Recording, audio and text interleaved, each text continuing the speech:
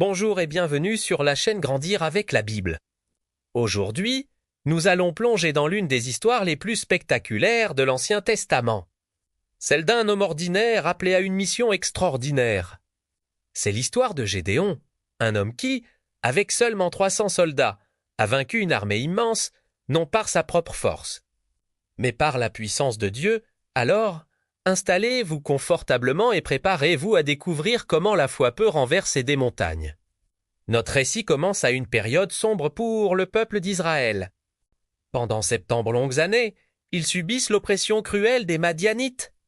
Ces nomades du désert, aussi nombreux que des sauterelles, envahissaient le pays chaque année au moment des récoltes. Ils pillaient tout sur leur passage, le blé, l'orge, les moutons, les bœufs, ne laissant rien derrière eux. Les Israélites étaient terrorisés. Pour survivre, ils se cachaient dans les montagnes, dans des grottes et des cavernes. Ils étaient appauvris, affamés et sans espoir. C'est dans ce contexte de désespoir qu'ils ont finalement crié vers Dieu pour être délivrés. Et Dieu a entendu leurs cris. C'est là qu'intervient notre héros, Gédéon. Mais au début, il n'a rien d'un héros. Nous le trouvons en train de battre le blé en secret, dans un pressoir à vin, pour le cacher des Madianites. Il est rempli de peur, comme tout son peuple. C'est alors qu'un personnage mystérieux lui apparaît. C'est l'ange de l'Éternel. Il s'assied sous un chêne et dit à Gédéon, « L'Éternel est avec toi, vaillant héros. » Imaginez la surprise de Gédéon. Vaillant héros. Il a dû regarder autour de lui, pensant que l'ange se trompait de personne. Sa réponse est pleine de doute et d'amertume. « Pardon, mon Seigneur, mais si l'Éternel est avec nous, pourquoi tout cela nous arrive-t-il ? Où sont tous les miracles dont nos pères nous ont parlé ? » Gédéon est sceptique. Il ne voit que la souffrance et l'abandon. Mais l'ange insiste, « Va avec la force que tu as, et tu délivreras Israël de la main de Madian. » « N'est-ce pas à moi qui t'envoie ?» Gédéon, se sentant faible et insignifiant, proteste encore. Il vient de la plus petite tribu, Manassé, et il est le plus jeune de sa famille. Comment pourrait sauver tout un peuple ? Alors, pour le rassurer, Dieu lui promet « Je serai avec toi ». Et tu battras Madian comme si c'était un seul homme, mais Gédéon a besoin d'une preuve, d'un signe tangible que c'est bien Dieu qui lui parle.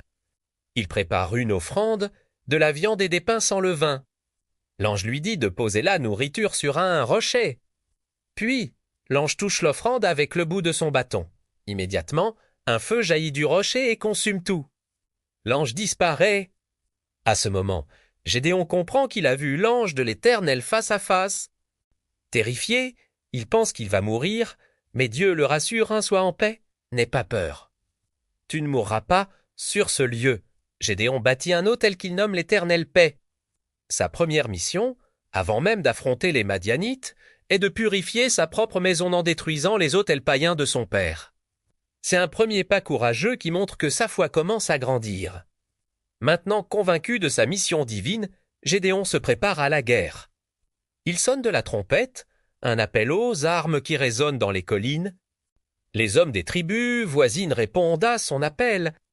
Bientôt, une armée impressionnante de 32 000 hommes se rassemble autour de lui. Face à eux, le camp des Madianites et de leurs alliés s'étend à perte de vue dans la vallée, une multitude innombrable. Avec 32 000 soldats, Gédéon a pas une chance. C'est une force considérable, et l'espoir commença à renaître en Israël. Mais c'est là que l'histoire prend une tournure totalement inattendue. Dieu parle à Gédéon et lui dit quelque chose de déconcertant. « Le peuple qui est avec toi est trop nombreux pour que je livre Madian entre ses mains. » Trop nombreux. Mais ils sont déjà largement en infériorité numérique. Dieu explique sa raison père, si Israël gagne avec une si grande armée, ils penseront que c'est par leur propre force qu'ils ont remporté la victoire. Ils s'en vanteront en disant « C'est ma main qui m'a sauvé », Dieu veut leur enseigner une leçon fondamentale, la victoire ne vient pas du nombre, mais de lui seul. Alors, Dieu donne une première instruction pour réduire l'armée. Gédéon doit annoncer que celui qui est craintif et qui a peur s'en retourne et s'éloigne de la montagne de Galade. Imaginez la scène. Gédéon fait cette annonce, et voilà que 22 000 hommes quittent le camp. Plus des 2/3 de son armée s'en vont, il ne lui reste plus que 10 000 hommes. La situation semble déjà beaucoup plus précaire. Mais pour Dieu, ce n'est pas encore assez. Il y a Gédéon, le peuple est encore trop nombreux, Dieu propose alors un test unique et surprenant pour sélectionner le groupe final de soldats. Il demanda à Gédéon d'amener les 10 hommes restant au bord de l'eau pour boire. Là, Dieu fera le tri. Dieu explique le critère de sélection, tous ceux qui laperont l'eau avec leur langue comme lappe le chien, tu les mettras à part. Et tous ceux qui se mettront à genoux pour boire, tu les mettras aussi à part, les soldats descendent donc vers la rivière. La grande majorité, 9700 hommes, se met à genoux, plongeant leur visage dans l'eau pour boire tranquillement. Ils sont sans doute fatigués et ne se soucient pas de ce qui se passe autour d'eux, mais un petit groupe de 300 hommes fait différemment. Au lieu de s'agenouiller, ils restent debout, vigilants. Ils puisent l'eau dans le creux de leurs mains et la portent à leur bouche, lapant rapidement tout en continuant de surveiller les environs. Ces hommes sont des soldats alertes, prêts à réagir à tout moment. Et Dieu dit à Gédéon, c'est par les 300 hommes qui ont la paix que je vous sauverai et que je livrerai Madian entre tes mains. Que tout le reste du peuple s'en aille, chacun chez soi, de 32 000 à 10 000. Et maintenant à seulement 300 hommes. Gédéon se retrouve avec une poignée de soldats pour affronter une armée qui ressemble à un nuage de sauterelles et dont les chameaux sont innombrables comme le sable au bord de la mer. Humainement parlant, c'est une mission suicide. Malgré tout, Gédéon obéit. Dieu, connaissant la peur qui doit encore habiter le cœur de Gédéon, lui offre un dernier rencouragement. Il lui dit de descendre cette nuit-là vers le camp ennemi avec son serviteur, Pura, pour écouter ce que disent les Madianites. Gédéon s'exécute. Se faufilant dans l'obscurité, il arrive aux abords du camp et entend un soldat madianite raconter un rêve à son camarade. « J'ai eu un songe, dit-il. Un gâteau de pain d'orge roulait dans notre camp.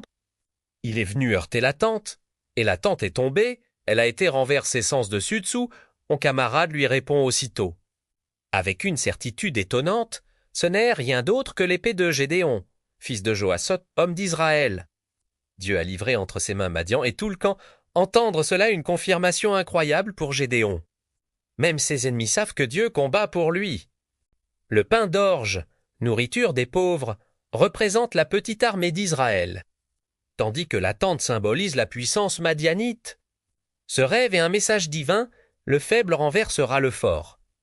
Rempli d'une nouvelle confiance, Gédéon se prosterne pour adorer Dieu, il retourne ensuite vers ses 300 hommes, le cœur rempli de foi, et leur crie « Levez-vous, car l'Éternel a livré le camp de Madian entre vos mains. » Le plan de bataille que Dieu donna à Gédéon est aussi peu conventionnel que la sélection de son armée. Pas d'épée, de lance ou de bouclier au premier plan. Gédéon divise ses 300 hommes en 3 compagnies de 100, il donne à chaque soldat 3 objets, une trompette, une cruche en terre cuite vide et une torche en flamme est cachée à l'intérieur de la cruche. La stratégie est basée sur la surprise, la confusion et la guerre psychologique. Gédéon leur donne des instructions précises, vous me regarderez et vous ferez comme moi. Quand je sonnerai de la trompette, moi et tous ceux qui seront avec moi, vous sonnerez aussi de la trompette tout autour du camp, et vous crierez pour l'Éternel et pour Gédéon. Vers minuit, au début de la nouvelle garde, alors que le camp ennemi est plongé dans le sommeil et l'obscurité, Gédéon et ses 100 hommes arrivent aux abords du camp. Les 2 autres compagnies se placent à d'autres points stratégiques. Au signal de Gédéon, le silence de la nuit est brusquement déchiré. Imaginez la scène. D'un seul coup, 300 trompettes retentissent de toutes parts. Simultanément, les 300 cruches sont brisées avec un bruit assourdissant, révélant 300 torches flamboyantes qui illuminent l'obscurité. Les soldats crient à l'unisson « Pour l'Éternel et pour Gédéon ». Pour les Madianites, réveillés en sursaut, c'est le chaos absolu. Le son des trompettes venant de toutes les directions leur fait croire qu'ils sont encerclés par une armée immense. Le fracas des cruches ressemble au bruit d'armes qui s'entrechoquent. Les torches qui apparaissent soudainement tout autour d'eux leur donnent l'impression d'être face à des milliers de porte-flambeaux. La panique s'empare du camp. Dans la confusion totale, Dieu fait en sorte que les Madianites tournent leurs épées les uns contre les autres. Ils se battent et s'entretuent dans l'obscurité, croyant affronter les Israélites. Le camp tout entier se met à fuir en désordre. La victoire de Gédéon et de ses 300 hommes est totale, écrasante, et remportée sans qu'ils aient presque eu à lever l'épée. Ils ont simplement obéi à un plan divin complètement fou en apparence. Cette histoire extraordinaire est bien plus qu'un simple récit de guerre. Elle nous enseigne une vérité profonde et intemporelle. La victoire de Gédéon n'était pas due au courage de ses hommes, à sa stratégie ou à la taille de son armée. Au contraire, Dieu a délibérément réduit ses forces à un nombre dérisoire pour qu'il soit absolument clair que la victoire venait de lui et de lui seul. L'histoire de Gédéon nous rappelle que Dieu choisit souvent les choses faibles et insignifiantes de ce monde pour accomplir ses plus grands desseins. Il ne regarde pas à notre force, à nos talents ou à nos ressources, mais à notre disponibilité et à notre foi. Quand nous nous sentons petits, faibles ou dépassés par les défis de la vie, souvenons-nous de Gédéon. Souvenons-nous que ce n'est pas par notre puissance ni par notre force que nous réussissons, mais par l'Esprit de Dieu, comme Gédéon.